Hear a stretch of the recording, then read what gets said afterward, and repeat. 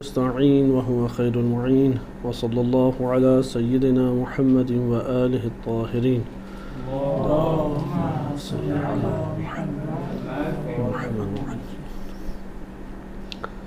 ہمارے پاس الکافی کی شرح سے کتاب التوحید کے ضمن میں حدیث پیش کی جا رہی تھی کہ جس کے معانی آپ کی خدمت میں بیان کیے جا رہے تھے۔ باب نمبر 2 ہے کتاب التوحید کا کہ جس کا نام ہے اطلاق القول بأنہ شیء۔ یہ حدیث نمبر 1 اس باب کی، باب نمبر 2 پہلی حدیث صحیح سند روایت ہے، تمام راوی اس کے ثقہ ہیں۔ اس میں آپ نے ملاحظہ کیا کہ عبد الرحمن بن ابی نجران نے امام باقر علیہ السلام سے سوال کیا، عن التوحید، توحید کے بارے میں سوال کیا۔ فقلت، تو خود کہتے ہیں عبد الرحمن بن نجران کہ میں نے امام علیہ السلام سے دریافت کیا، اتوہم شیئا، کیا میں تصور کر سکتا ہوں؟ توہم یعنی تصور کر سکتا ہوں۔ امام علیہ السلام نے فرمایا نعم، تصور کر سکتے ہو، لیکن فرق ہے تصور کرنے کے اعتبار سے کہ کیسے تم تصور کرو۔ غیر معقول ولا محدود، اس کی ذات کو تم کسی بھی صورت میں نہ عقل کے دائرے میں لا سکتے ہو اور نہ ہی تم اس کی حد بندی کر سکتے ہو۔ اس جگہ پہ ہمیں تھوڑی سی دقت کرنے کی ضرورت ہے کہ آج ہم اگلا مقدمہ اس میں پڑھیں گے۔ پہلا مقدمہ آپ ملاحظہ کر چکے ہیں۔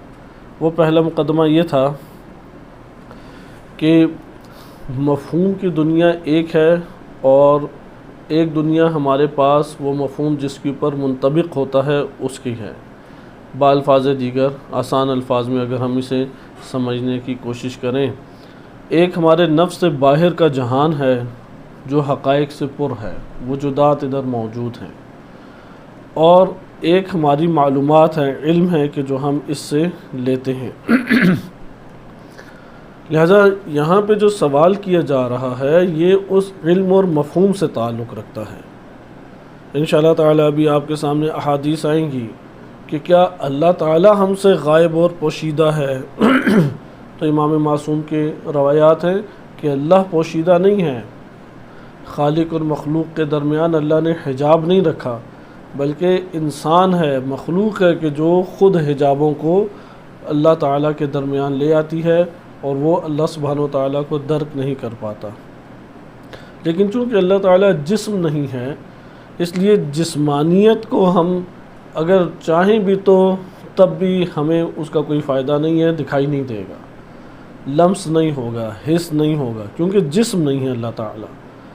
جسم ہونا خود ایک نقص ہے، جسم ہونا کمال کی علامت نہیں ہے، اسی لیے بقیہ جو جہان ہے اس میں انسان با کمال ہے۔ دنیا کی نسبت بقیہ جہان میں کیا ہے؟ انسان با کمال ہے۔ یہ تو ہم نے گزشتہ درس میں پڑھا کہ ان دو عوالم کو جدا رکھیں، ایک ہے عالم مفہوم، ایک ہے جہان، اور دوسرا ہمارے پاس کیا ہے؟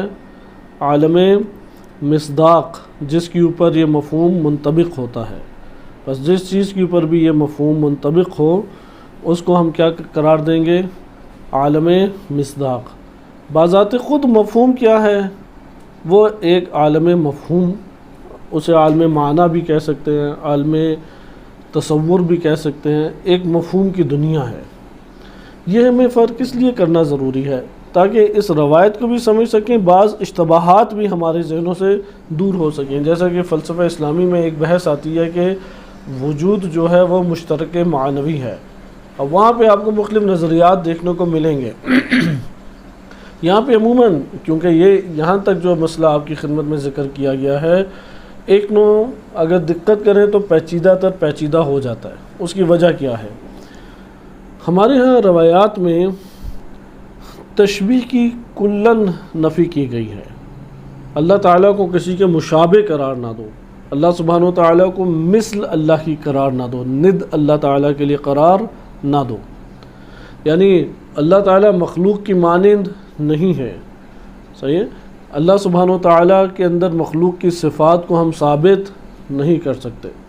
اب ہم جب ایک اس طرف آتے ہیں تو اس سے ہمارے پاس اس طرح گویا کہ نتیجہ نکلتا ہے کہ کاملاً مخلوق اور خالق میں جدائی ہے، کوئی ایک چیز بھی نقطہ مشترک نہیں ہے۔ اسی اساس کے اوپر مکتب تشیع میں آج کے دور میں بھی ایک طبقہ جس کو اہل تفکیک، مدرسہ تفکیک سے تعلق رکھنے والا کہتے ہیں، وہ اسی نظریے کے قائل ہیں۔ وہ یہ قائل ہیں کہ خالق اور مخلوق میں کسی قسم کا بھی کوئی ربط اور تعلق نہیں پایا جاتا، کاملاً دونوں میں جدائی ہے، تفکیک ہے۔ لیکن اگر ہم اس بات کو قبول کر لیں، اب یہ دوسرا ہمارے پاس، بس پہلا آپ نے نظریہ دیکھا تاکہ آپ یہ بات کو سمجھ سکیں، میں چند نظریات مقدمے کے طور پہ آپ کی خدمت میں ذکر کر رہا ہوں۔ وعلیکم السلام۔ بس پہلا نظریہ آپ نے اس میں دیکھا کہ السلام علیکم، کہ ہمارے پاس کیا آ جاتا ہے کہ نظریہ جو آج کے دور میں بھی رائج نظریات ہے مکتب تشیع میں، ایک بڑا حلقہ احباب ہے علماء کا، وہ اس بات کا قائل ہے کہ اللہ تعالیٰ کے ساتھ کسی بھی شے کو چونکہ تشبیہ نہیں دی جا سکتی، اس بنیاد پہ اللہ تعالیٰ کے اندر یا اللہ تعالیٰ کی طرف مخلوق کی صفات کو آپ نسبت نہیں دے سکتے۔ اس لیے یہاں پہ یہ صفات پھر مسئلہ پیدا کر جاتی ہیں، اللہ بھی عالم ہے، مخلوق بھی عالم ہے۔ وہ کہتے ہیں کہ اللہ تعالیٰ کا عالم ہونا کاملاً اس سے جدا ہے جو مخلوق کا عالم ہونا ہے۔ اللہ تعالیٰ بھی سمیع اور بصیر ہے، مخلوق بھی سماعت اور بصارت رکھتی ہے۔ اب یہ جو گروہ علماء ہے یہ اس بات کا قائل ہے کہ کاملاً اللہ تعالیٰ کا سمیع بصیر ہونا جدا ہے اور غیر خدا کا سمیع بصیر ہونا جدا ہے۔ بس یہ ہے کہ جو منکرین تشبیہ ہیں، کیونکہ روایات باضابطہ طور پہ ہمارے پاس موجود ہیں، ایک دوسری طرف ہمارے پاس روایات کا مجموعہ ہے جو یہ بیان کرتی ہیں کہ اللہ تعالیٰ کی معرفت حاصل کرنا لازم ہے، واجب ہے، کیونکہ وَإِلَّا دائرہ اسلام میں انسان خارج ہو جائے گا اگر اللہ کا اعتقاد نہ رکھتا ہو، انسان اصلاً کسی بھی مذہب کا پیرو نہیں ہوگا۔ لہذا اتنی مقدار کی معرفت تو ہر ایک کے لیے ضروری ہے کہ دائرہ اسلام میں آ سکے، یعنی کہے کہ اللہ تعالیٰ وحدہ لا شریک لہ ہے۔ لہذا دوسرے طائفہ علماء کہتے ہیں کہ اگر ہم آپ کی بات مان لیں تو اس کا یہ نتیجہ نکلے گا کہ اللہ کی اصلاً معرفت حاصل ہو ہی نہیں سکتی، کیونکہ خالق اور مخلوق کے درمیان ربط ہی نہیں ہے کوئی۔ جب اللہ تعالیٰ کا مخلوق کے ساتھ کوئی تعلق اور ربط نہیں ہے تو مخلوق کس طریقے سے اللہ تعالیٰ کی بات کو، اللہ تعالیٰ کی معرفت حاصل کر سکتی ہے؟ اس سے تو تعطیل العقول لازم آئے گا، یعنی معرفت الہی حاصل کرنا لازم ہے، اور آپ کے قول سے یہ لازم آ رہا ہے کہ اللہ کی معرفت حاصل کی ہی نہیں جا سکتی کیونکہ ہمارے پاس ذرائع ختم ہو جائیں۔ پھر یہ وہ گروہ ادھر جواب دیتا ہے، وہ گروہ یہ جواب دیتا ہے کہ ہاں اگر آپ عقل کے ذریعے کہیں تو بات ٹھیک ہے کہ اللہ تعالیٰ کی معرفت نہیں حاصل کی جا سکتی، کیونکہ دونوں میں ربط ہی نہیں ہے، خالق مخلوق اور اللہ تعالیٰ اور مخلوق میں۔ اگر آپ یہ بات کہیں کہ حواس کے ذریعے سے ہے تو نہیں معرفت حاصل کی جا سکتی۔ ہاں اگر اللہ تعالیٰ خود اپنی معرفت کسی کو پہنچوائے وہ ہو سکتا ہے یا نہیں؟ یعنی اللہ تعالیٰ، اللہ اور مخلوق میں جو تشبیہ کے منکرین تشبیہ ہیں، جیسا کہ روایات میں بیان ہوا ہے کہ کسی بھی صورت میں تھوڑی سی بھی شباہت اللہ تعالیٰ اور غیر اللہ میں ماننے کے لیے تیار نہیں ہیں، وہ یہ پھر کہتے ہیں کہ ہاں عقل کے ذریعے رسائی نہیں حاصل کی جا سکتی، حواس خمسہ کے ذریعے رسائی حاصل نہیں کی جا سکتی، معنوی بلندیوں کے ذریعے سے رسائی حاصل نہیں کی جا سکتی۔ ہاں اگر اللہ تعالیٰ کسی واسطے سے آپ کو خود اپنا تعارف کرائے اور آپ وہ تعارف سن لیں تو یہاں پہ ممکن ہے کہ قبولیت ہو سکے۔ یعنی اس جگہ پہ مثلا اللہ تعالیٰ نے انبیاء علیہ السلام کے ذریعے وحی ان کے اوپر نازل کی اور وحی کے ذریعے ہمیں پتہ لگا۔ یہ مدرسہ تفکیک ہے، آج ایران کے اندر انجمن حجتیہ کے نام سے معروف بھی ہے، مشہد بالخصوص مرکز اس کا شمار ہوتا ہے۔ حوزہ علمیہ قم میں بھی اس سے وابستہ علماء کی ایک بڑی تعداد ہے، مراجع اعظام ہیں جو اسی تفکر کے قائل ہیں۔ وہ توحید کے اندر اس بات کے قائل ہیں کہ اللہ تعالیٰ اور مخلوق میں کوئی آپس میں ربط اور تعلق نہیں ہے، وَإِلَّا تشبیہ لازم آئے گی، اور قرآن کی واضح آیت ہے لَيْسَ كَمِثْلِهِ شَيْءٌ کہ کوئی شے اللہ تعالیٰ کی مثل نہیں ہے، کوئی شے اللہ کی ند نہیں ہے، اور روایات اہل بیت علیہ السلام میں کہ انشاءاللہ ابھی ہم آگے پڑھیں گے کہ اللہ سے تشبیہ نہیں دی جا سکتی۔ اس جگہ پہ جو سوال پیدا ہوئے تھے، اس لیے میں یہ تکرار کر رہا ہوں سوال، تاکہ آپ کے ذہن نشین ہو جائے۔ آپ کہیں گے کہ اگر یہ بات ہے تو پھر جو ہم بہت سارے صفات پڑھتے ہیں، عالم ہے، سماعت ہے، قادر ہونا ہے، بصیر ہونا ہے، وہ تو مخلوق کے لیے بھی استعمال کرتے ہیں، تو یہ والا گروہ جواب دیتا ہے کہ وہاں پہ معنی جدا ہیں۔ اللہ تعالیٰ اپنے معنی ہی کے ساتھ وہ ان صفات کے ساتھ متصف ہے، اور مخلوق اپنے طور پہ اپنی حدود میں رہتے ہوئے ان صفات سے متصف ہے۔ اس کی کیا تشریح بنتی ہے کہ اللہ تعالیٰ کے عالم ہونے کی کیا تشریح ہے؟ وہ کہتے ہیں اس کے لیے ابھی یہ سوال نہ کریں، اگلے مرحلے کے سوال میں اس کا جواب ہے۔ وہ کیا اگلا مرحلہ ہے؟ ادھر سے دوسرا اعتراض یہ آتا ہے، یہ جو دوسرا ہمارا گروہ علماء ہے وہ یہ کہتے ہیں کہ آپ کی بات سے تو یہ لازم آتا ہے کہ ہم اللہ کی معرفت حاصل کر ہی نہیں سکتے، ہو ہی نہیں سکتی اللہ کی معرفت حاصل، جبکہ یہ واضح طور پہ باطل نظریہ تمام مذاہب میں، کیونکہ اللہ تعالیٰ کی اتنی معرفت حاصل کرنا تو لازم ہے کہ اس کا عقیدہ قائم کیا جا سکے، کہا جا سکے لا الہ الا اللہ یہ ایک نوع معرفت ہے یا نہیں؟ لا الہ الا اللہ، فقط لا الہ الا اللہ کہہ دینا نوع معرفت ہے ایک۔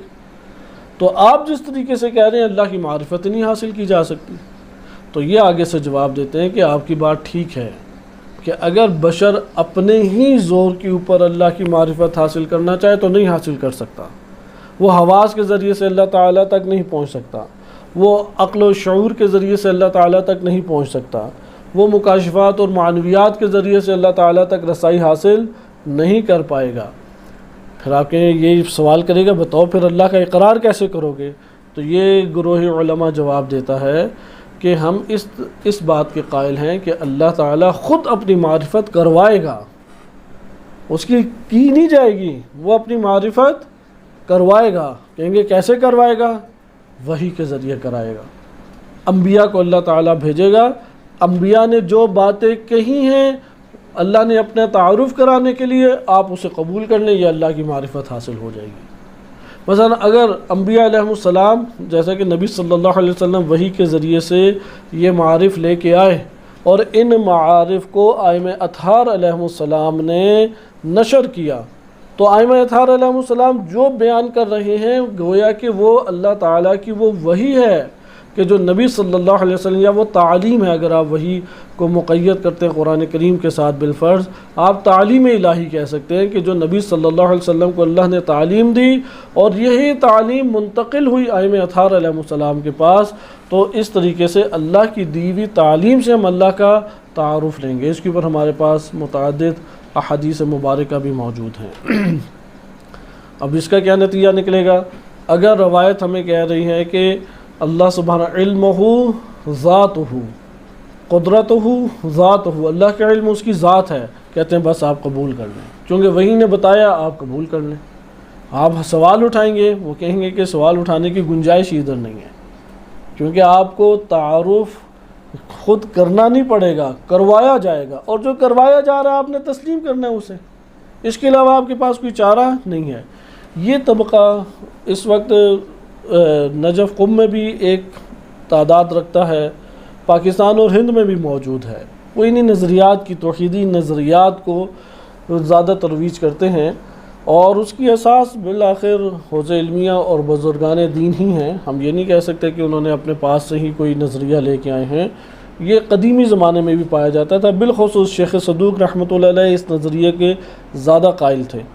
اس کے بعد علامہ مجلسی رحمۃ اللہ علیہ، پھر ایک بزرگ شخصیت آئی اسی صدی میں، گزشتہ صدی میں، شیخ مہدی اصفہانی، مرزا مہدی اصفہانی، انہوں نے المعارف کے عنوان سے اس نوع توحید کو زیادہ پھیلایا۔ اب ان کے درس میں بزرگان شرکت کرتے تھے، مثلا آیت اللہ سیستانی نے بھی شرکت کی، آیت اللہ وحید خراسانی نے شرکت کی، تو یہ بزرگان پھر اسی نوع توحید کے ہی زیادہ مائل ہیں، کیونکہ روایات میں اس کا اظہار زیادہ محسوس ہوتا ہے۔ ہم یہ یقین سے نہیں کہہ سکتے یہی ہیں، اظہار زیادہ محسوس ہوتا ہے۔ یہاں پہ جو دوسرا گروہ ہے وہ ایک اور اعتراض کرتا ہے، وہ کہتا ہے ٹھیک آپ کی یہ بات مان لی کہ اللہ نے وحی کے ذریعے سے یہ تعارف آپ کو کروایا ہے، یہ جو اللہ نے وحی کے ذریعے سے آپ کو تعارف کرایا کہ آپ ائمہ علیہ السلام کی روایات لیں اور اس کو آپ قبول کر لیں جو بھی معنی ہے، آپ سمجھ پا رہے ہیں کہ امام کیا فرما رہے ہیں یا نہیں سمجھ؟ مثلا العلم نور، کیا مطلب نور؟ کہتے ہیں آپ مانیں علم نور، اس کی تشریح نہ پوچھیں، کہیں کہ یہی تو ہم کہہ رہے ہیں تعطیل العقول ہے، دوسرا علماء کا گروہ کہتا ہے وہ جو آپ باتیں بیان کر رہے ہیں وہ پھر بلا معنی ہوں گی، الفاظ کا ڈھیر ہے فقط۔ یعنی گویا کہ توحید ایسی ہے کہ قرآن کی جو آیات اور روایات اہل بیت علیہ السلام ہمارے پاس ہیں، اور وہ جو الفاظ کلمات اور کلام موجود ہے، میں اس سے کوئی معنی سمجھوں ہی نہ، یہ کیسے ہو سکتا ہے؟ اس لیے دوسرے علماء پھر اس بات پہ اعتراض کرتے ہیں کہ یہ بات آپ کی اس حد تک ٹھیک ہے، وحی کے ذریعے سے ہمارے پاس اللہ کا تعارف پہنچ رہا ہے، قرآن ہمارے پاس منبع ہے، روایات ہمارے پاس منبع ہیں، لیکن قرآن اور روایات نے جو بیان کیا ہے، آپ آیا ان الفاظ کے ماورا کوئی معنی ہے یا نہیں؟ اگر وہ معنی ہے تو کیا ہے؟ یہاں پہ یہ گروہ پھر کہتا ہے کہ اس کا معنی وہ اہل علم ہی جانتے ہیں، یعنی وہ ائمہ اطہار علیہ السلام اور نبی صلی اللہ علیہ وسلم اور اللہ سبحانہ وتعالیٰ کی ذات ہی جانتی ہیں۔ ہم کتنا جانتے ہیں کہ ظاہر کلام سے جو ہمارے پاس آ جائے، مثلا اگر ظاہر کلام نے کہا العلم نور تو بس ہم اتنا ہی قبول کریں، العلم نور، اس سے آگے نہ بڑھیں۔ نور سے کیا مراد ہے؟ نور کا آپ معنی ایک اور لے کے آپ، مثلا نور کا معنی وجود کر لیں، نور کا معنی آپ شے کر لیں، نور کا معنی کہتے ہیں یہ اپنی آپ کی من گھڑت تفسیر ہے، یہ گروہ کہتا ہے، کہتے ہیں آپ اتنے کلام کے ظاہر کے اوپر بس آ جائیں اور اسے تسلیم کریں، اسے اعتقاد اپنے اندر برپا کریں بلا فہم بے شک اس کے پیچھے نہ ہو، وہ آہستہ آہستہ فہم آپ کو آ جائے گا۔ لہذا اس طور پہ جو یہ نظریات کو پھر بعد کے ایام میں جب انہوں نے منظم کیا تو اس کا نام مدرسۃ التفقیق رکھ دیا گیا۔ لہذا وہ اس اساس کے اوپر ہے کہ اللہ تعالیٰ کی معرفت کا ہمارے پاس واحد ذریعہ فقط اور فقط قرآن کریم و روایات اہل بیت علیہ السلام ہے، اس کے علاوہ جتنے بھی ذرائع ہیں وہ ناقص ذرائع ہیں، وہ وحی کے مقابلے میں ہیں۔ یہ تو ایک گروہ مکتب تشیع کا آپ نے ملاحظہ کیا، اور اس عنوان سے آپ کو نظر آئیں گے کہ بہت سارے علماء بھی اس کا نتیجہ کیا نکلتا ہے۔ اب چونکہ فلسفہ وہ عقل کے ذریعے سے معرفت حاصل کرنے کی کوشش کرتا ہے، ان کی نظر میں فلسفہ باطل ہے، کیونکہ وحی کے مقابلے میں پھر تو آ گیا، وہ جس سے جو انہوں نے تشریح کی اس کے مطابق وحی کے مقابلے میں آ گیا۔ نمبر 2، عرفان ان کی نگاہ میں باطل ہے۔ کیوں؟ کیونکہ عرفان میں بھی آپ اپنی نشو و نما کے ذریعے سے اپنے تزکیہ نفس کر کے اپنے آپ کو ایسا پاکیزہ بنا رہے ہیں کہ آپ کے اوپر وہ معارف جو ہیں وہ آشکار ہوں۔ وہ کہتے ہیں کہ آپ وحی کے بغیر منبع نہیں ہے آپ کے پاس، لہٰذا وہ عرفان کے بھی اس طور پہ شدید مخالف ہیں۔ تو یہ ہمارے پاس ایک نوعی گروہ سامنے آیا۔ دوسرا ہمارے پاس جو مطلب آتا ہے، دوسرا گروہ علماء، وہ اس بات کی قائل ہیں کہ اللہ سبحانہ وتعالیٰ کی معرفت کے ذرائع انگنت ہیں، انگنت۔ ان میں سب سے جاندار ترین معرفت کا ذریعہ وہ عقل و وحی ہے، وحی کا انکار نہیں کرتے، اس لیے جم کریں اس چیز کو، ان کا کہنا ہے کہ جم کریں۔ اس میدان میں ملا صدرہ رحمۃ اللہ علیہ یا بزرگان میں دیگر ہمارے بہت سارے علماء، خواجہ طوسی رحمۃ اللہ علیہ یا مابعد مولا محسن فیض کاشانی ہیں، معاصر اگر علماء میں دیکھیں امام خمینی رحمۃ اللہ علیہ، شین مطہری، علامہ طباطبائی، آیت اللہ جوادی عاملی، آیت اللہ حسن زادہ عاملی، اس طرح کا گروہ آ جاتا ہے۔ یہ اس بات کے قائل ہیں کہ آپ آیات اور روایات کو جمع کریں اور اپنی استطاعت کے مطابق فہم کو حاصل کریں۔ پس آپ نے دیکھا کہ یہ دو تشریحات اس طور پہ جدا رہیں گی۔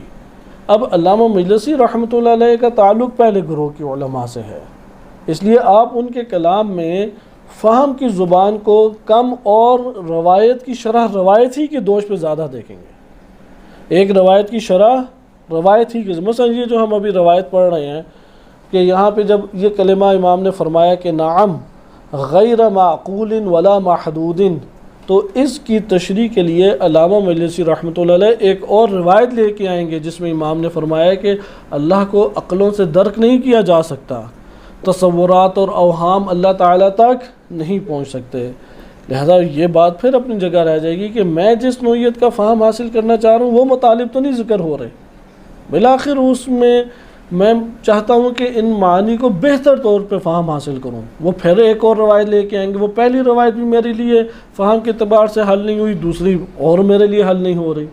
لہذا اس گروہ علماء کے ضمن میں جو آپ توحید کو ملاحظہ کریں گے، وہ فہم کے دائرے میں اگر لانا چاہیں، سمجھ کے دائرے میں لانا چاہیں، معرفت کے دائرے میں لانا چاہیں، تو آپ کے پاس تشریح کوئی خاص نہیں ہوگی۔ جو آپ کے پاس ہوگا وہ روایات، اس کا ظاہر کا مضمون آپ کے پاس ہوگا، اس مضمون کی آپ جو تشریح اس سے پوچھیں گے وہ آپ کے لیے ممکن ہے کہ آشکار نہ ہو پائے۔ لہٰذا ہم یہاں پہ جو تشریح آپ کی خدمت میں پیش کر رہے ہیں وہ دوسرے گروہ کی ہے۔ اب آپ حدیث کے اوپر غور کریں۔ بس آپ نے کبھی سوچا کہ اللہ تعالیٰ ہے تو کیسا ہے، کہاں ہے؟ کیا ہمیں اس کا جواب اپنے نفس میں ملتا ہے؟ کیونکہ سوال اپنی جگہ پہ دقیق ہے۔ اللہ تعالیٰ موجود ہے یا نہیں؟ ہر جگہ پہ ہے یا نہیں؟ لیکن کس طرح ہر جگہ پہ؟ مثلا مجھ کو زیادہ اللہ تعالیٰ کا وجود کا احساس ہوتا ہے یا یہ جو میرے آس پاس چیزیں پڑی ہیں ان کے وجود کا احساس ہوتا ہے؟ ہمیں کیا زیادہ محسوس ہوتا ہے؟ اگر انصاف کے ساتھ اپنے نفس کے اندر ہم اس کا جواب لینا چاہیں تو کیا ہمیں زیادہ احساس ہوتا ہے، اللہ کے موجود ہونے کا یا دیگر چیزوں کے؟ دیگر چیزوں کا محسوس ہوتا ہے یا نہیں؟ زیادہ احساس ہوتا ہے۔ اب یہاں پہ اس کا یہ مطلب ہے کہ جب روایات ہمیں کہہ رہی ہیں کہ اللہ تعالیٰ موجود ہے، وہ قریب تر ہے، تو اس کا پھر کیا معنی کریں گے؟ پھر کیوں مجھے احساس ہو رہا ہے کہ دیگر چیزیں مجھ سے قریب ہیں؟ دیگر چیزوں کی محبت، دیگر چیزوں کا خوف، دیگر چیزوں کا ہونے کا احساس، ساری چیزیں دیگر میرے سامنے زیادہ قرب کے اعتبار سے، احساس کے اعتبار سے، وجود کے اعتبار سے مجھے احساس ہوتی ہیں، تو پھر میں کیسے ان روایات کو حل کروں؟ نمبر 2، ایک تو یہ والا مسئلہ آ گیا، یہ ہم نے گزشتہ سوالوں میں بھی حل کیا۔ آج کے دور میں بحیث طلاب یا پیرو ائمہ اطہار علیہ السلام ہم اس مسئلے کو حل نہیں کریں گے، جواب باہر نہیں دے سکتے۔ باہر اس وقت پوری دنیا میں کمیونسٹ تفکر، ایتھیس تفکر، وہ لادینیت کو اور اللہ کی توحید کے خاتمے کو پھیلاتا جا رہا ہے۔ کوئی وحدانیت نہیں ہے، کوئی اللہ تعالیٰ کی ذات نہیں ہے، وجود نہیں ہے۔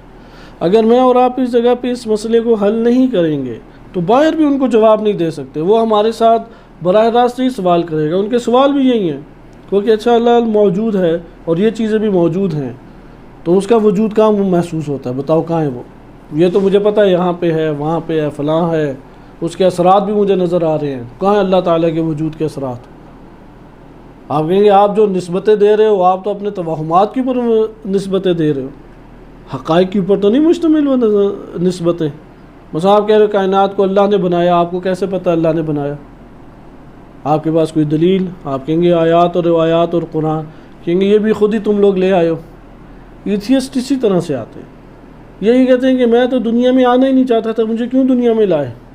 اتنی مشکلات، اور اس کے بعد اگر عمل نہ کر سکیں تو اتنا سخت عذاب، تو میں نے تو آنا ہی نہیں تھا، مجھے کیوں انسان بنایا؟ اگر بنانا ہی تھا تو کچھ اور بنا دیتے، مجھے حساب کتاب تو نہ دینا پڑتا، زندگی کے کوئی ہنسی خوشی کے دن تو میں دیکھ لیتا۔ یہ ہیں ایتھیسٹ کے سوالات جس نے دنیا کو بہکایا ہوا ہے اس ٹائم، ڈراموں کے ذریعے، فلموں کے ذریعے، اسی طرح کا۔ وہ ڈائریکٹ اس سوال پہ نہیں آتے، وہ پہلے اس نظریے کے اوپر آئیں گے کہ تم کہو کہ دنیا عیاشی کے لیے ہے، میں نے اپنے من کو پورا کرنا ہے، میں نے اپنی لذت کو پورا کرنا ہے، میں نے اپنی زندگی کی تمناؤں اور خواہشات کو پورا کرنا ہے۔ وہ سب سے پہلے آپ کو اس بات کو باور کرائیں گے۔ جب یہ بات آپ کو باور ہو جائے، آپ یقین کر لیں کہ میں نے تمناؤں کو حاصل کرنا ہے، تو اب وہ یہ شبہ ابھاریں گے کہ بھائی تمنا تو تم حاصل ہی نہیں کر سکتے۔ اب یہاں پہ پھر وہ سوال اٹھائے گا کہ میں پھر اس دنیا میں ہی نہیں آنا چاہتا تھا، اگر میں تمناؤں کو حاصل نہیں کر سکتا، مجھے کیوں اس دنیا میں لائے؟ اب آپ ملاحظہ کر رہے ہیں سوالات کی، یہ سوالات کی نوعیت نئی نہیں ہے، سابقہ دور میں بھی ائمہ علیہ السلام کے دور میں پایا جاتا تھا یہ تفکر۔ زندیق اسی طرح اس دور میں سوچتا تھا۔ لہذا جو ہم نے 6-7 احادیث پڑھی ہیں اس کی شرح میں یہ والے مسائل زیادہ آئے۔ لیکن یہاں پہ اب ہم ایک اور مسئلے کو ڈسکس کر رہے ہیں، اور وہ مسئلہ ہمارے پاس کیا ہے؟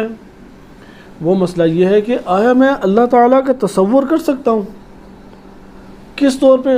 ذات باری تعالیٰ کا تصور تو واقعاً عقلاً بھی شرعاً بھی ممنوع ہے، ذات کا تصور تو ہو نہیں سکتا۔ ہم ابھی بہت ساری ذوات کا تصور کرتے ہیں، مثلاً زمین اور آسمان میں جو چیزیں موجود ہیں ان کا تصور کرتے ہیں یا نہیں؟ درخت ہے، سورج ہے، چاند ہے، ستارے ہیں، تصور کرتے ہیں۔ آپ اپنے ارد گرد افراد کا تصور کرتے ہیں یا نہیں؟ تصور کرتے ہیں۔ اچھا، اب آپ اسی طرح سے آج ماضی میں جو شخصیات گزری ہیں ان کا تصور آپ کے ذہنوں میں ہے یا نہیں؟ ایک حد تک اجمالاً موجود ہے۔ آپ اللہ تعالیٰ کا اتنا سا بھی تصور ذہن میں نہیں کر سکتے، اس لیے روایات میں وارد ہوا ہے، الکافی کی روایت میں، جو بھی ذہن میں ذات باری تعالیٰ کے اعتبار سے تم تصور کرو گے وہ تمہاری اپنی ایجاد ہے۔ ادھر آپ سوال کریں گے اچھا میں اللہ کو بعنوان شے تصور کر لیتا ہوں، شے تو ہے نا، یہ کر سکتا ہوں، اللہ تعالیٰ شے ہے، تو اماموں نے فرمایا بالکل ایسا کر سکتے ہو، نعم۔ اب اس بات کو سمجھنے کی آپ کوشش کریں کیسے یہ ممکن ہے۔ اچھا، یہاں پہ یہ سوال بھی پیدا ہوگا میں اللہ کا کیوں تصور نہیں کر سکتا؟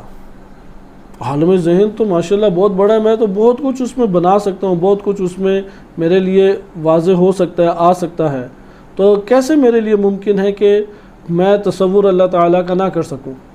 تو آپ کائنات میں بہت ساری چیزوں کا تصور نہیں کر سکتے۔ مثلا میں ایک مثال لیتا ہوں، آپ امام علی علیہ السلام کی روح مبارک کا تصور کر سکتے ہیں؟ کیسی ہے روح ان کی؟ کوشش کریں تو تصور آپ سے ہوگا یا نہیں؟ ذہن میں سوچیں ایک دفعہ، کیونکہ انہی انداز سے سوچیں گے تو کوئی ہمارے پاس فہم کے دریچے کھلیں گے۔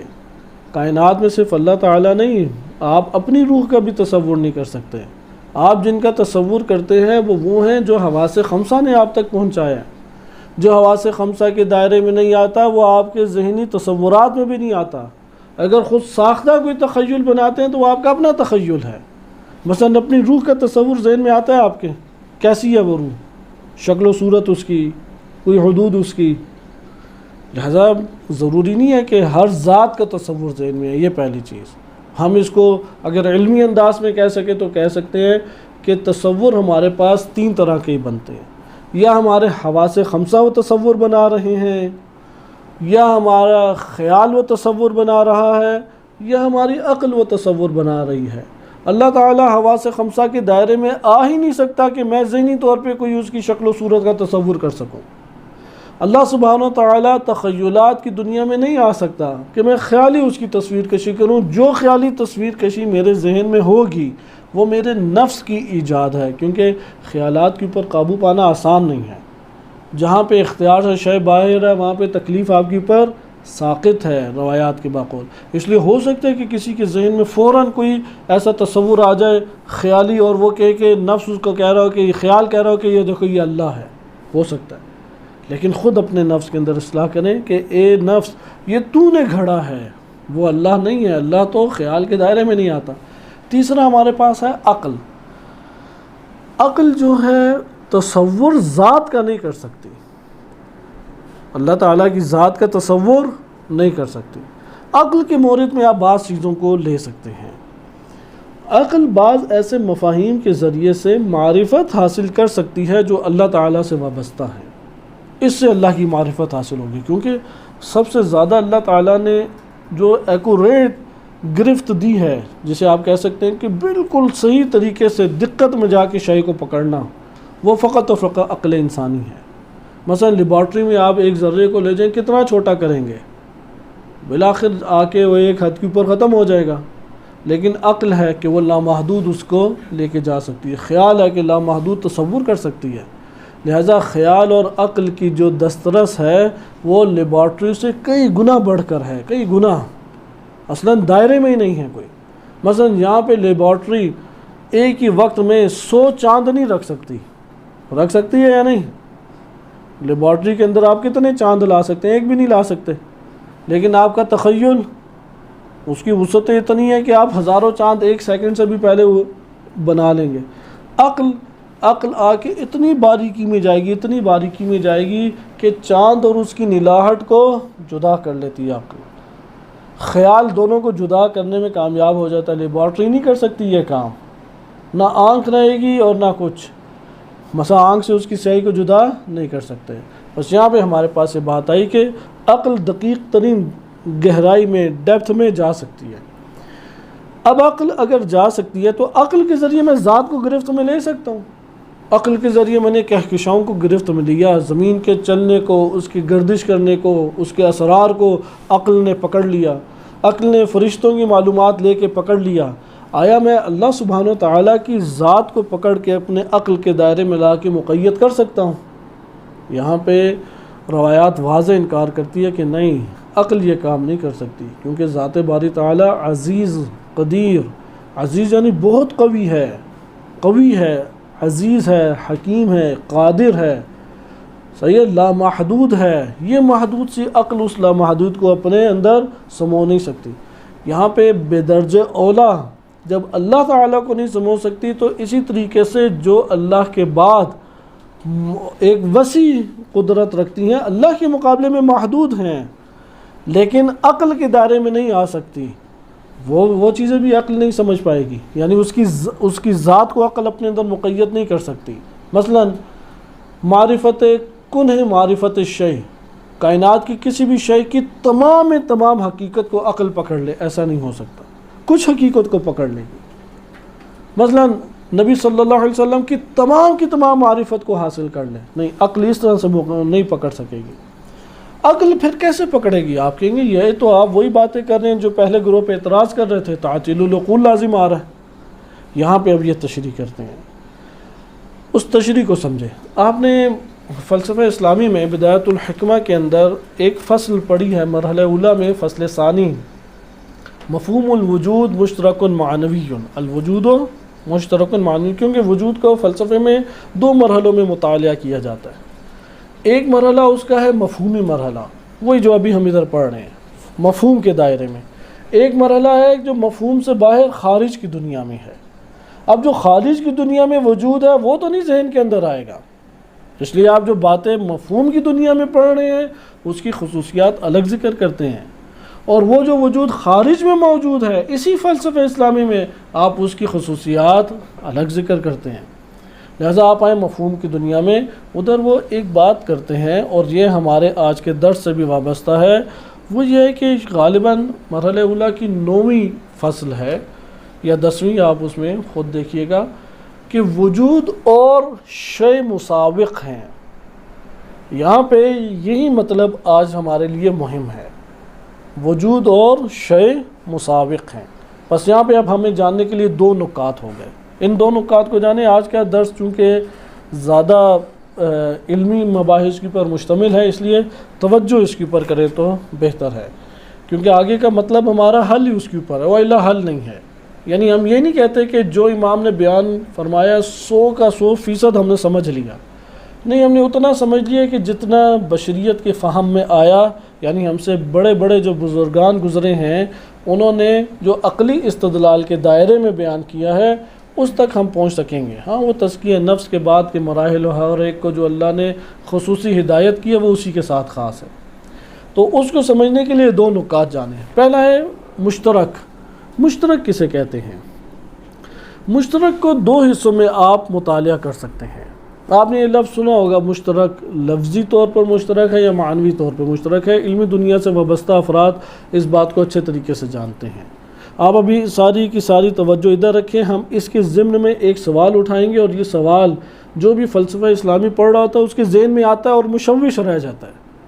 ہو نہیں سکتا کہ وہ مشوش رہے بغیر سمجھ بھی لے۔ یہ حدیث ہے جو آ کے ہمیں بہت زیادہ تشویش سے نکال دیتی ہے، اضطراب سے نکال دیتی ہے، اور نظریات کو واضح کر دیتی ہے۔ اس لیے آیت اللہ جوادی عاملی حافظہ اللہ تعالیٰ اور دیگر بزرگان فرماتے ہیں کہ توحید کی آپ بلندیوں پہ بدون وحی نہیں پہنچ سکتے، فقط عقل کے سہارے۔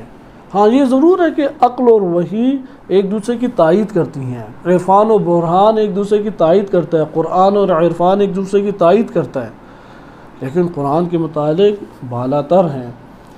یا یہ آپ کہہ لیں کہ عرفان اور عقل میں ٹکراؤ نہیں ہے، آپ یہ کہہ سکتے ہیں ما فوق عقل عرفان ہو سکتا ہے، یعنی دونوں چل رہے تھے ایک مقام پہ، عقل آ کے رک گئی، عرفان آگے بڑھ گیا۔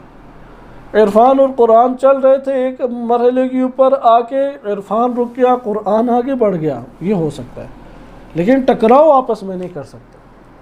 یہ میری اپنی بات نہیں ہے، اساتذہ عرفان جو حوزہ علمیہ کے بزرگ ترین اساتذہ ہیں، جیسے آیت اللہ حسن رمضانی حافظہ اللہ تعالی یا دیگر بزرگان، انہوں نے اس کو بار بار صراحتاً ذکر کیا ہے کہ عقل اور عرفان کا جھگڑا کرانا عقل مندی نہیں ہے۔ عقل رک جاتی ہے، عرفان آگے بڑھ جاتا ہے۔ قرآن برہان عرفان کا جھگڑا کرانا عقل مندی نہیں ہے، یہ نادانی کے علاوہ کم علمی ہے۔ اگر کوئی اہل علم بات کرے تو کم علم ہے، اس نے ایک کو پڑھا بقیہ کو پڑھا نہیں ہے، وہ اللہ کبھی بھی یہ بات نہیں کرے گا۔ لہٰذا آئے اب ان دو مطلب کو سمجھیں۔ ان دو مطلب کو سمجھنے کے لیے ہمیں دقت کرنے پڑے گی۔ آپ نے بعض الفاظ ایسے پڑھے ہیں کہ جن میں لفظ مختلف ہے، معنی بھی مختلف ہے، لیکن مراد ایک ہی ہے۔ لفظ مختلف ہے، معنی بھی مختلف ہے، لیکن ان دونوں سے مراد کیا ہے؟ ایک ہے۔ مثال کے طور پہ آپ انسان اور بشر لیتے ہیں، اب یہ مشترک ہے، چونکہ آپ لفظ لا رہے ہیں، میں نے آغاز میں کیا بولا؟ لفظ مختلف۔ جب میں کہہ رہا ہوں الفاظ مختلف تو یہ ہو جائے گا کیا؟ مشترک لفظی۔ مشترک لفظی کہتے یہ ہیں، بعض نے اس طریقے سے ذکر کیا مشترک لفظی کہ ہمارے پاس لفظ ایک ہے، معنی متعدد ہیں۔ لفظ ایک ہے، معنی متعدد ہیں، اور یہ سارے متعدد معنی ایک مصداق رکھتے ہیں، ایک نوع افراد کے اوپر منطبق ہو رہے ہیں۔ مثال کے طور پہ آپ کہتے ہیں عین، کلمہ عین عربی زبان میں آپ جانتے ہیں کہ اس کے 70 معنی ہیں، درست ہے؟ یہ کلمہ عین، اس کے معنی کیا ہیں؟ مختلف، معذرت اس کے افراد بھی مختلف ہیں۔ مشترک لفظی کیا ہوتا ہے؟ لفظ ایک ہے، دیکھنے میں کیا ہے؟ لفظ ایک ہے، لیکن اس کے معنی کیا ہیں؟ مختلف، اور ہر معنی کا اپنا فرد ہے، افراد بھی مختلف ہیں۔ اس کو ہم کہتے ہیں مشترک لفظی۔ اس لیے جو ادیب ہے وہ اس اعتبار سے الفاظ کی دنیا کا جائزہ لیتا ہے۔ بعض اوقات لفظ ایک ہوتا ہے جیسے کلمہ عین، لیکن اس کے معنی مختلف ہے، مطلب 70 معنی آپ نے کر لیے۔ عربی زبان میں کلمہ عین جاسوس کے لیے بھی استعمال ہوتا ہے، عربی زبان میں کلمہ عین قیمتی ترین شخصیت کے لیے بھی استعمال ہوتا ہے، کلمہ عین چشمے کے لیے یہ بہنے والا چشمہ اس کے لیے بھی استعمال ہوتا ہے، اور اسی طرح سے آنکھ کے لیے بھی استعمال ہوتا ہے۔ اب آپ دیکھ رہے ہیں کہ ہر معنی کے افراد خارج میں مختلف ہیں یا نہیں؟ مختلف ہیں خارج میں افراد۔ مشترک معنوی کیا ہے؟ لفظ ایک ہے، معنی بھی ایک ہے۔ لفظ ایک ہے اور معنی بھی ایک ہے، لیکن اس کے جو افراد ہیں وہ متعدد ہیں۔ افراد متعدد، جیسے کلمہ انسان لفظ ایک ہے، اس کا معنی بالفرض ہم اہل منطق کی بات کریں، حیوان ناطق، عقل و شعور رکھنے والا حیوان، یہ معنی لا تعداد انسانوں کے اوپر جو خارج میں افراد پائے جاتے ہیں ان پر منطبق ہوتا ہے یا نہیں؟ اس کو کہتے ہیں مشترک معنوی۔ بس مشترک لفظی اور معنوی میں فرق کیا ہوا؟ مشترک لفظی اور معنوی میں فرق یہ ہو گیا کہ مشترک لفظی میں لفظ بھی ایک ہے اور معنی مختلف ہے۔ لفظ ایک، معنی مختلف، اور افراد بھی مختلف۔ لفظ ایک، معنی مختلف، افراد مختلف، یہ مشترک لفظی۔ مشترک معنوی کیا ہو گیا؟ لفظ ایک، معنی بھی کیا ہے؟ ایک۔ مشترک لفظی میں کیا تھا؟ معنی مختلف، لیکن مشترک معنوی میں معنی ایک، افراد مختلف ہیں۔ افراد کیا ہیں؟ مختلف۔ یہ کہتے ہیں کہ مشترک لفظی اور معنی میں فرق ادیب کی نظر میں ہے۔ حکیم اہل عقل اس طرح سے نہیں آتا۔ اہل عقل اس طرح سے دیکھتا ہے کہ اگر مفاہیم معنی ایک ہے یا معنی متعدد ہے۔ اگر معنی متعدد ہو مشترک لفظی ہے، اگر معنی ایک ہو تو کیا آ جاتا ہے؟ مشترک معنوی۔ اچھا، معنی اگر متعدد ہیں تو اس کے مصادیق وہ ایک ہیں یا ایک جیسے ہیں یا ایک جیسے نہیں ہیں؟ یقیناً جب معنی مختلف ہیں تو اس کے افراد بھی مختلف ہوں گے۔ لہذا حکیم اہل عقل کہاں سے آتا ہے؟ لفظ کی دنیا سے نہیں آتا۔ کس دنیا سے آتا ہے؟ ہمیشہ معنی کی دنیا سے آتا ہے۔ اس لیے وہ کہتا ہے، سوال ہی اٹھاتا ہے، یہ بتاؤ معنی ایک ہے یا متعدد ہے؟ وہ کہتے ہیں نہیں، معنی ایک ہے۔ کہتے ہیں اچھا یہ جو معنی ایک ہے اس کے افراد متعدد ہیں یا ایک ہیں؟ کہتے ہیں کہ اگر معنی ایک ہے اور افراد آپ کے پاس مختلف موجود ہیں تو یہ ہمارے پاس کیا آ جائے گا؟ مشترک معنوی کی صورت آ جائے گی۔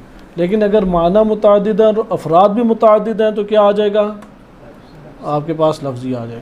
ادھر سوال یہ پیدا ہوتا ہے جب آپ کہتے ہیں وجود، اللہ بھی موجود ہے اور غیر اللہ بھی موجود ہے، اللہ بھی شے ہے، غیر اللہ بھی شے ہے، شے کا معنی ایک ہے یا متعدد؟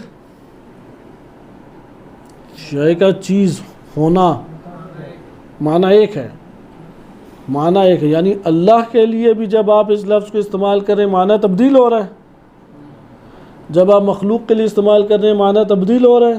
نہیں، لیکن افراد متعدد ہیں۔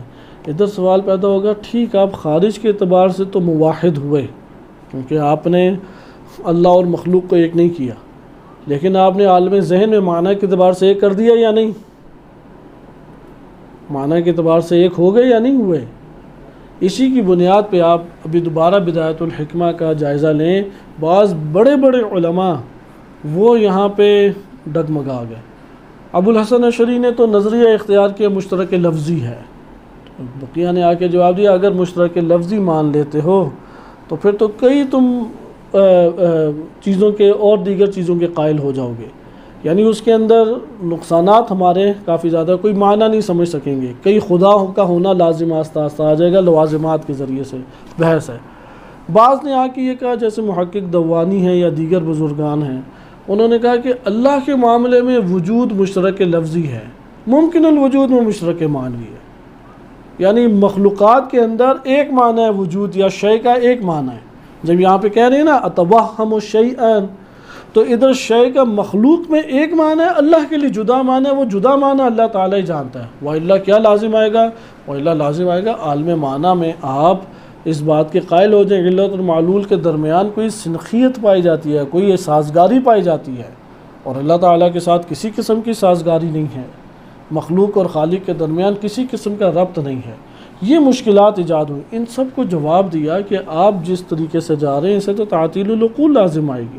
بہرحال ہم ابھی اس دقیق بحث میں مزید نہیں جاتے، مختصر کرتے اتوہم شیئا، میں شیء ہونے کے اعتبار سے توہم کر سکتا ہوں۔ امام کا جواب کیا ہے؟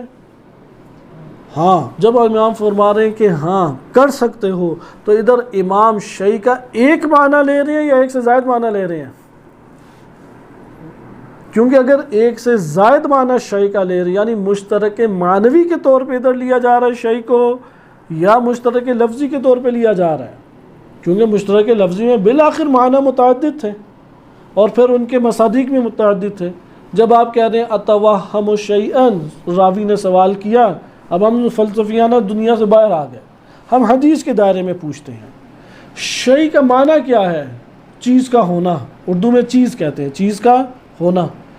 اب یہ جو مفہوم ہے اتنا وسیع ہے، اتنا وسیع ہے کہ یہ خارج میں ہر چیز کے اوپر منطبق ہو سکتا ہے، ایسا ہے یا نہیں؟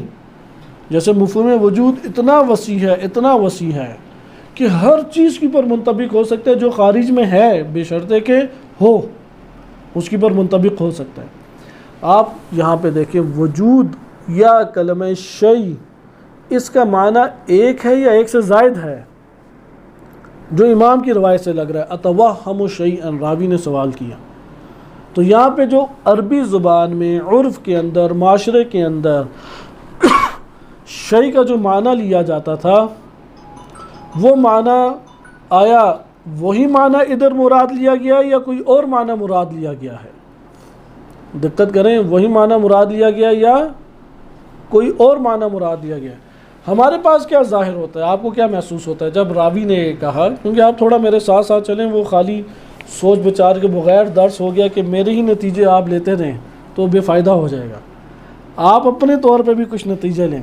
اتوہم شیئا، اب ادھر کلمہ شیء کو حل کرنا ہے کیونکہ اس کا اطلاق آپ اللہ تعالیٰ کی ذات پہ کر رہے ہیں۔ جب آپ اللہ تعالیٰ کی ذات پہ کر رہے ہیں تو حساس ہونا چاہیے، آپ سب کو خود اپنے مرحلے میں غور و فکر کر کے کچھ نتیجہ لینا چاہیے۔ شیئن کا ادھر معنی کچھ اور ہے یا وہی ہے کہ جو معاشرے کے اندر رائج تھا؟ شیئن کا معنی آپ کو کیا محسوس ہوتا ہے؟ اتواہم شیئن، کیا میں اللہ تعالیٰ کو شیء کہہ سکتا ہوں؟ کلمہ شیء کا تصور کرتے ہوئے، اس کا معنی تصور کرتے ہوئے میں لے سکتا ہوں یا نہیں؟ ادھر شیء کا معنی جو آپ کریں گے وہی تو منطبق کریں گے نا.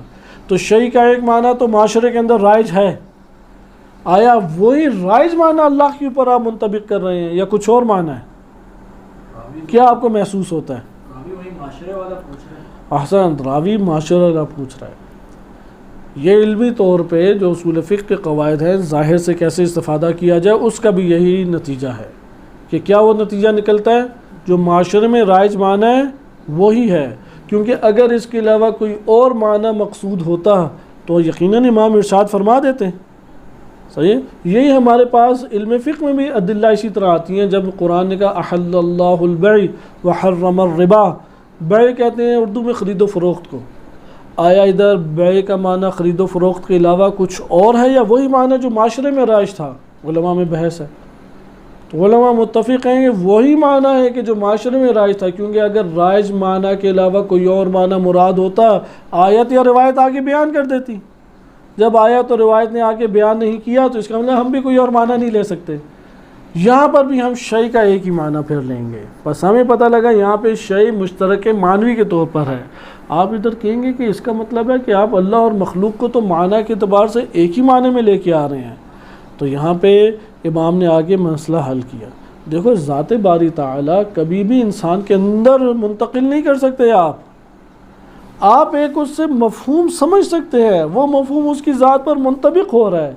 بعض ایسے مفاہیم جامع ہیں کہ جو اللہ اور غیر اللہ کے اوپر دونوں پر منطبق ہو سکتے ہیں اپنے حسب معنی، اور اس اعتبار سے کوئی عیب اور حرج بھی نہیں ہے. کوئی اس سے توحید کا انکار لازم نہیں آتا، کوئی اس سے اور دیگر چیزیں لازم نہیں آتی. لہٰذا ہمارے لیے یہاں پہ آج کے درس میں یہ بات معلوم ہوئی کہ شیئن ادھر مشترک معنوی کے طور پر ہے. کیونکہ مشترک معنوی یہ ہے کہ مفہوم کی دنیا، اللہ تعالیٰ مفہوم نہیں ہے کہ آپ یہ کہیں کہ اللہ کے ساتھ کوئی چیز لازم آ رہی ہے. اللہ تعالیٰ نعوذ باللہ مفہوم ہے کوئی، یا خارج میں موجود ایک حقیقت یا اصل حقیقت ہے اس کائنات کی. وہ جو اصل حقیقت ہے وہ مفہوم سے جدا ہے اور مفہوم اس سے جدا ہے. ایک مفہوم اس کے اوپر منطبق ہو سکتا ہے یا نہیں، یہ ایک بحث ہے. تو ہم کہہ رہے ہیں ہاں یہ مفہوم اس پر منطبق ہو سکتا ہے. منطبق ہونے سے کوئی عیب لازم نہیں آتا. اور یہی اصل چیز ہے کہ جو بدایہ میں بھی ہے کہ اگر آپ مفہوم وجود کو اللہ اور غیر اللہ پر منطبق کرتے ہیں تو مفہوم وجود منطبق ہو رہا ہے، مفہوم اس کی ذات سے جدا چیز ہے. یا آپ یہ کہہ لیں کہ جب آپ کہتے ہیں بیت اللہ تو آپ گھر کو اللہ کی طرف نسبت دے رہے ہیں، نہ کہ اللہ کا حقیقت میں کوئی گھر ہے. اسی طریقے سے آپ جب کہہ رہے ہیں کہ اللہ شیء ہے تو در حقیقت آپ اس کے ذریعے سے یہ ثابت کرنا چاہ رہے ہیں کہ ایک وجود اس کائنات میں، ایک حقیقت اس کائنات میں، ایک ذات ہے اس کائنات میں جو موجود بھی ہے، ثابت ہے، متحقق ہے، واقع ہے. اس کے ہونے کو حقیقت میں آپ بیان کر رہے ہیں. لہٰذا شیء ملا صدر رحمۃ اللہ علیہ نے جو شرح کی ہے کہ گزشتہ ہفتے میں ہم نے گزشتہ درس میں اس کا یہ حصہ پڑھا بھی تھا کہ بعض مفاہیم اتنے وسیع ہوتے ہیں، اتنے وسعت رکھتے ہیں کہ منطبق ہونے کے اعتبار سے وہ اللہ سبحانہ وتعالی اور غیر اللہ کے اوپر منطبق ہو سکتے ہیں. خاص مفاہیم کی دنیا سے نہیں ہے، عمومی مفاہیم کی دنیا سے. عمومی مفاہیم عمومی طور پر منطبق ہوتے ہیں، خاص اور مختص مفاہیم مختص طور پر منطبق ہوتے ہیں. اس لیے مفہوم کی دنیا اور حقیقت جو خارج میں موجود ہے اس کی دنیا کو جدا آپ کو ملاحظہ کرنا پڑے گا. دوسرا نقطہ کہ اس کی تشریح میں آج نہیں جاتے لیکن مختصر میں بیان کر دوں اور اس پہ اختتام کرتے ہیں. مساوق ہونا. بعض ہیں مساوی، یہ بھی مفہوم کی دنیا ہے. خارج میں کوئی اللہ کے مساوی بھی نہیں ہے، مساوق بھی نہیں ہے. ذات باری تعالیٰ اتنی اجل ہے، اتنی عظیم تر ہے کہ نہ کوئی شے اس کے مساوی ہو سکتی ہے اور نہ کوئی شے اس کے مساوق ہو سکتی ہے. ہم جو علمی دنیا میں کلمہ مساوی پڑھتے ہیں یا کلمہ مساوق یا کی بجائے قاف ہے، اس سے مراد مفہوم کی دنیا ہے، مفہوم کے دائرے میں ہے. مثلا اگر آپ بدایت الحکمہ پڑھتے ہیں فلسفہ اسلامی میں، یہ نہایت الحکمہ، اس کا مرحلہ اولا مفہوم کی دنیا سے تعلق رکھتا ہے، اس کے بعد کا جو جہاں معانی ہے وہ خارج کی دنیا سے تعلق رکھتی ہیں۔ مساوی اور مسابق میں کیا فرق ہے؟ مساوی کہتے ہیں دو الفاظ، مساوی یعنی دو الفاظ کتنے ہیں؟ دو، دونوں الفاظ کے معنی کیا ہیں؟ مختلف، دونوں الفاظ کے کیا معنی ہیں؟ مختلف، اور ان دونوں معنی کا مصداق ایک ہے، فرد ایک ہے جس کے اوپر یہ دونوں معنی منطبق ہو رہے ہیں۔ صحیح ہے؟ دو الفاظ ہیں، اور مساوی کا معنی میں آپ کی خدمت میں بتاؤں، مفہوم مساوی کسے کہتے ہیں؟ کہ دو مفہوم، دونوں کا معنی جدا جدا، لیکن جب آپ خارج میں ان مفاہیم کو منطبق کریں گے تو مصداق کتنے ہوں گے؟ ایک۔ صحیح ہے؟ مصداق ایک ہوگا۔ اچھا، یہ جو مصداق ہے، دونوں کے منطبق ہونے کی جہت ایک ہے یا مختلف ہے؟ جہت الگ الگ ہو تو مساوی ہے، جہت ایک ہو تو مسابق ہے۔ جہت اگر الگ الگ ہو تو کیا ہو جائے گا؟ مساوی، اور اگر جہت کیا ہو؟ ایک، تو پھر کیا ہو جائے گا؟ مسابق۔ مثلا مساوی کلمات ہمارے پاس متعدد موجود ہیں۔ مثلا آپ کہتے ہیں کہ انسان اور بشر، اب کلمہ انسان اور بشر دونوں کا معنی جدا ہے۔ انسان مثلا انس سے ہے، اور بشر مثلا بشر سے ہے، مٹی سے جو جلد اس کی بنی، لیکن دونوں کا مصداق ایک ہے یا نہیں؟ ہم ہی ہے نا افراد جو زمین پر، نوع انسان جو موجود ہے اسے وہی ہے، لیکن جہت صدق الگ ہے۔ انسان کسی مثلا مکلف ہونے، ذمہ داری اٹھانے کے اعتبار سے انسان کا کلمہ منطبق ہوتا ہے، اور بشر مادی ضروریات کے اعتبار سے اس کے اوپر منطبق ہوتا ہے۔ معاشرے کی جو مادی ضرورت، جیسے قرآن میں ہے کہ انا بشر مثلکم، انسان معنویت کے اعتبار سے ہے اور بشر مادی جہت کے اعتبار سے ہے۔ تو نبی صلی اللہ علیہ وسلم نے فرمایا ہاں جو مادی حاجات ہے، مادی حاجات، اس کے مطابق میں تمہاری مانند ایک بشر ہوں، لیکن معنوی دنیا بھی ایک ہی ہے۔ نہیں، معنوی دنیا الگ ہے، اس لیے وہاں پہ یہ نہیں کہا انا بشر ہوں، انا انسان مثلکم، کیا کہا؟ انا بشر مثلکم۔ جیسے تمہیں روٹی، کپڑا، مکان اور دیگر چیزوں کی ضرورت ہے اپنی مادی زندگی بسر کرنے کے لیے، مجھے بھی مادی زندگی بسر کرنے کے لیے مادی حاجات کی احتیاج موجود ہے۔ یہ ہو گیا مساوی۔ ایک ہوتا ہے مساوق، جہت صدق بھی ایک ہی ہوتی ہے، جیسے یہ وجود اور شے، یا انسان اور ناطق، دونوں کا معنی الگ ہے۔ ناطق یعنی غور و فکر کرنے والا، انسان یعنی وہی ان سے آپ لے لیں، دونوں کا مفہوم جدا، لیکن جب منطبق ہوتے ہیں خارج میں تو صرف انسان کے اوپر یہ منطبق بالفرض ہو رہے ہیں، اور دونوں کی جہت صدق بھی ہے کہ ایک ہی جہت سے، غور و فکر یا عقل کی جہت سے یا معنوی جنبے کی وجہ سے دونوں کو صدق کیا جا رہا ہے۔ مساوق، وجود اور شے مساوق ہیں، مفہوم ان کا مساوق ہے، یہ مفہوم کی بحث ہے۔ لہٰذا شے کو اگر آپ اس طور پہ دیکھیں، اس کا جو معنی ہے اسی معنی سے وہ تمام کے تمام حقائق کے اوپر منطبق ہوگا، اسی ایک جہت سے، اس طور کے اوپر۔ اس لیے مفہوم وجود کا آپ معنی کچھ اور اللہ کے لیے نہیں کریں گے، لیکن یہ یاد رکھیں یہ دنیا مفہوم ہے، ذات باری تعالیٰ دنیا مفہوم سے جدا ہے۔ یہ امام علیہ الصلوۃ والسلام نے فرمایا کہ دیکھو جب تم دنیا مفہوم میں ایک لفظ اور اس کے معنی کو لیتے ہو، اور وہ معنی جب تم خارج میں کسی حقیقت کے اوپر منطبق کرتے ہو، اس اعتبار سے اللہ کو شیء کہا جا سکتا ہے۔ لیکن تم جب آؤ گے کہ میں ذات باری تعالیٰ کا تعقل کر لوں، تو ذات باری تعالیٰ کا تم تعقل نہیں کر سکتے۔ تم اگر چاہو کہ میں ذات باری تعالیٰ کو عقل کی حدود میں مقید کر دوں، تو عقل کی حدود سے ماورا ہے، وہ ذات کبھی بھی عقل کی حدود میں نہیں آئے گی۔ آپ کچھ حصے تک پہنچ، یعنی ایک ایسا سمندر ہے جس کا لا ساحل لہ، ساحل نہیں ہے، تو نظر کتنی گرفت میں لے لے گی پانی کی وسعت کو، بالآخر اس کی انتہا اس کی نظروں سے باہر ہے۔ آپ ساحل سمندر پہ کھڑے ہو جائیں تو آپ کتنی دور تک دیکھ لیں گے؟ آپ عقل کے تناظر میں کتنی دور تک ذات باری تعالیٰ کو مشاہدہ کریں گے؟ بالآخر آپ کی عقل تھک کے ہار جائے گی۔ ہم ابھی ذہنی تصور مادی کہکشاؤں کا ہی نہیں کر سکتے، ہماری نظر تو اوپر آسمان پہ نہیں ٹک سکتی، یہ تو افعال الہی ہیں، تو صفات الہی و ذات الہی تو اجل و اعظم ہیں اس سے۔ لہذا بقیہ مفہوم انشاءاللہ تعالی یہ دو مقدمے ہمارے لیے بات کو سمجھنے کے لیے ضروری تھے، اس کے اوپر توجہ کیجئے گا۔ مشترک معنوی کے اعتبار سے شے کو لینا اور مسابق ہونے کی جہت سے لینا، باقی اگلے درس میں ملاحظہ کریں گے۔ صلی اللہ علیہ سیدنا محمد وآلہ طاہرین۔